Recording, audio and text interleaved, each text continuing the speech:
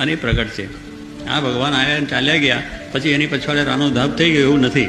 શ્રીજી મહારાજ સપૈયામાં જન્મ લીધો અને ગઢપુર આવ્યા અને દાદા ખાતેને આ બધી લીલાના બધા આખો સંપ્રદાય સ્થાપ્યો, સંતો કર્યા, બીજું ત્રીજું કર્યું, અનેક લીલાઓ કરી અને પછી 86ની સાલમાં ઉપડી ગયા. પછી રાનું ધબ થયું એવું નથી.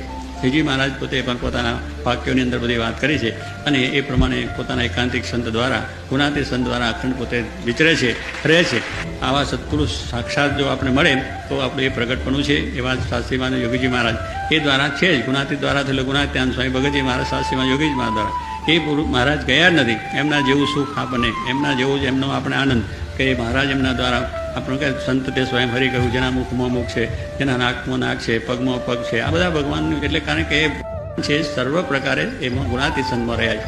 આપણા અંતર્યામી રહ્યા છે, કોઈમાં બી રીતે રહ્યા છે, પણ ભગવાન સત્પુરુષમાં સર્વ પ્રકારે છે. એનું આખું હોય ભગવાન આપ ટળી મળ્યા ભગવાનમાં એનો જે દેખાય છે આકાર એટલો જુદો, બાકી બધું જ ભગવાનમાં મળ્યું. એટલે એમાં ને ભગવાનમાં કંઈ ભેદ નથી. અને એવા સંતનું દર્શન થયું તો એમ જાણવું જોઈએ મને સાક્ષાત્કાર ભગવાનનું દર્શન થયું.